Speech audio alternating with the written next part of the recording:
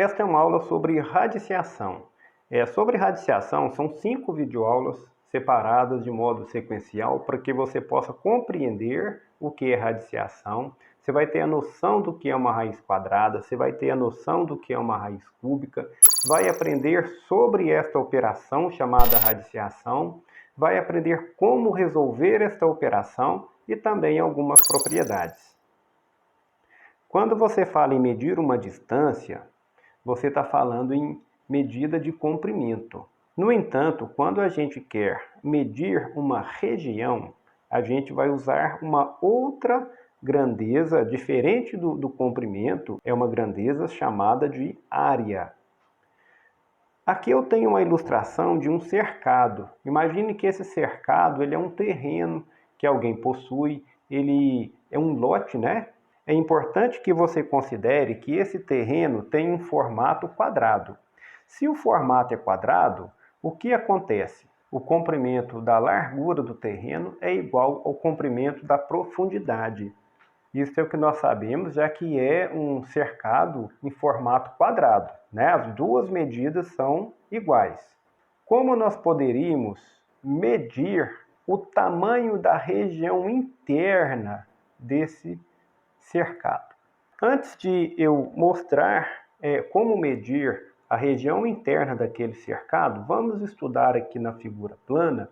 Aqui eu tenho a representação de dois quadrados, o quadrado de cima um quadrado menor, o quadrado de baixo ele se apresenta maior, mas não está colocado em proporções reais não, tá ok? Vamos supor que esse quadrado ele meça aqui na largura 3 centímetros. É claro, se ele é um quadrado, é porque essa altura também é de 3 centímetros. Beleza.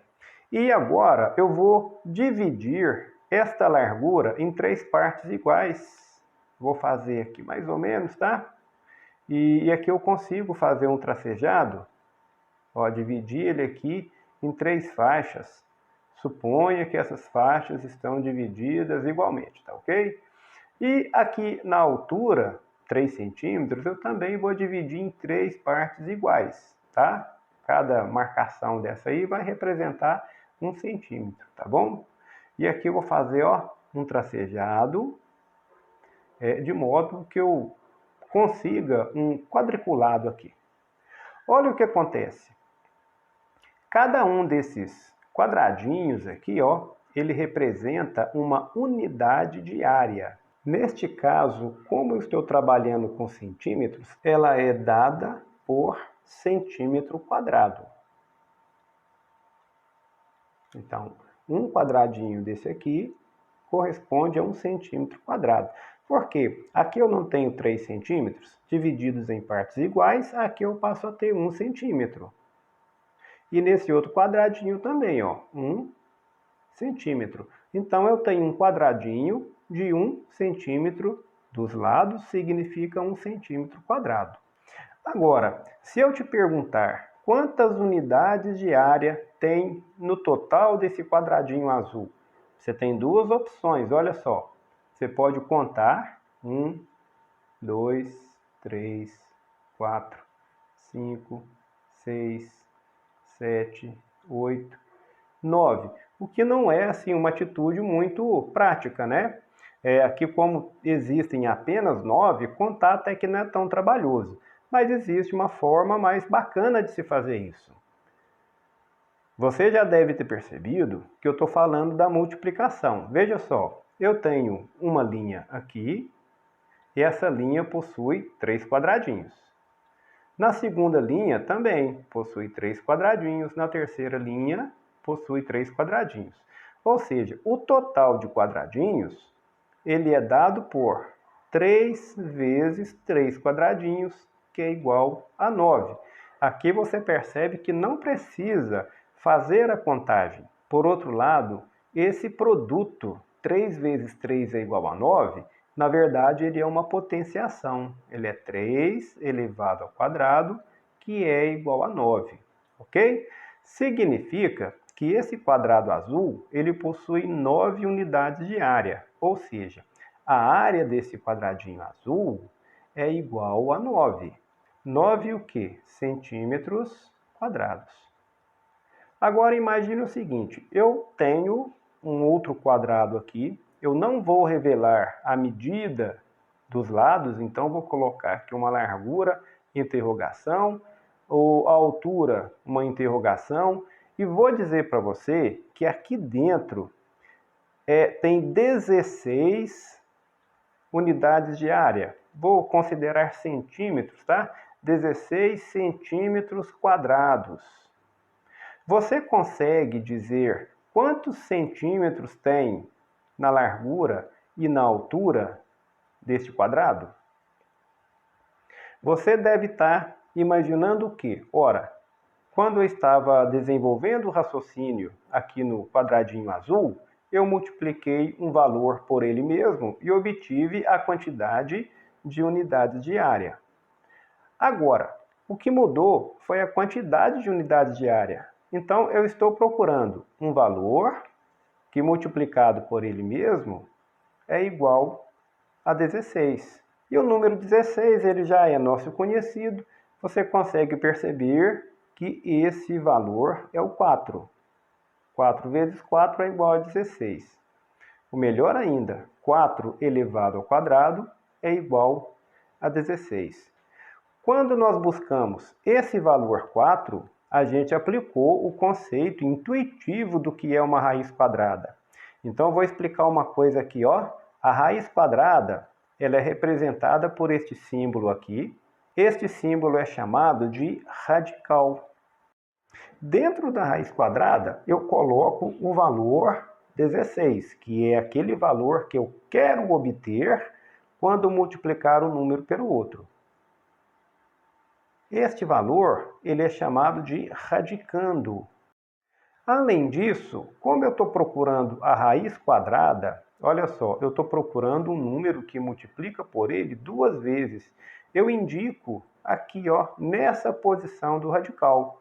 Esse número aqui ele é chamado de índice.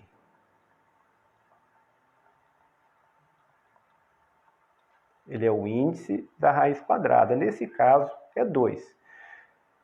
Excepcionalmente, para a raiz quadrada, a escrita do índice não é obrigatória. Então, se você vê escrito assim, ó, a raiz de 16, está falando que é raiz quadrada também, tá? A escrita do índice, no caso de raiz quadrada, ela não é obrigatória, tá ok? E a raiz quadrada de 16 é igual a 4. E existe uma explicação por isso. Por quê? 4 elevado ao quadrado é igual a 16. Nesse primeiro exemplo do quadradinho azul, como a quantidade de unidade de área, ou seja, a área do quadradinho azul é 9, né, e você percebeu que 3 elevado ao quadrado é igual a 9, você também pode escrever que a raiz quadrada de 9 é igual a quanto? É igual a 3. Voltando ao nosso terreno, suponha que a área do terreno seja igual a 169 metros quadrados. Veja que agora eu estou usando a unidade metros. Então, o tamanho dessa região interna deste terreno é de 169 metros quadrados. Qual é o valor da largura? Qual é o valor da profundidade? Lembrando que o terreno ele é quadrado. O valor da largura, neste caso, é igual ao valor da profundidade, ok?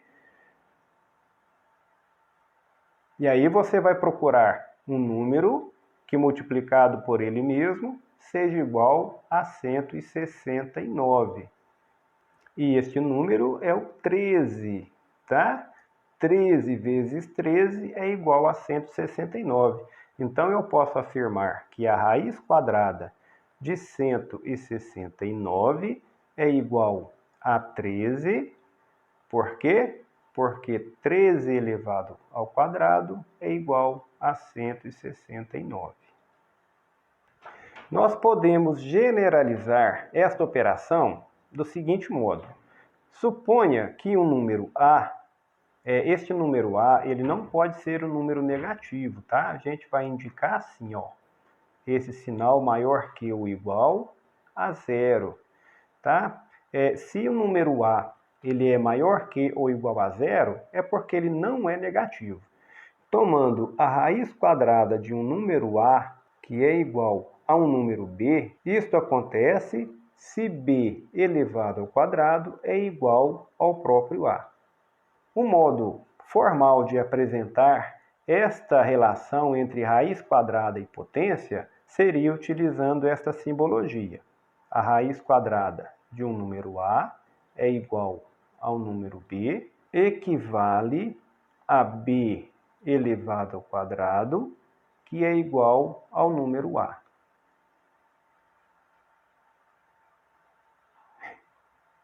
Este símbolo aqui é um símbolo de equivalência. Essas duas expressões são equivalentes. Pensando deste modo, eu posso dizer que a raiz quadrada de 81 é igual a 9, o que equivale a dizer que 9 elevado ao quadrado é igual a 81. A raiz quadrada de 10.000 é igual a 100, o que equivale a dizer que 100 elevado ao quadrado é igual a 10.000. É possível calcular raízes quadradas de números não inteiros. Por exemplo, a raiz quadrada de 0,25. Um modo bacana de se calcular essa raiz é transformar o decimal em uma fração. Veja só, 0,25 é 25 centésimos. Então, isto aqui é a raiz quadrada de 25 centésimos, que é 25 sobre 100. E aí fica fácil, ó. Quando você vai fazer a raiz quadrada de uma fração, você vai calcular a raiz quadrada do numerador, que é o número que está em cima, e depois a raiz quadrada do denominador, que é o número que está embaixo. A raiz quadrada de 25 é 5 e a raiz quadrada de 100 é 10. E você pode representar essa resposta tanto na forma de fração, ou você pode representar na forma decimal, que seria 0,5.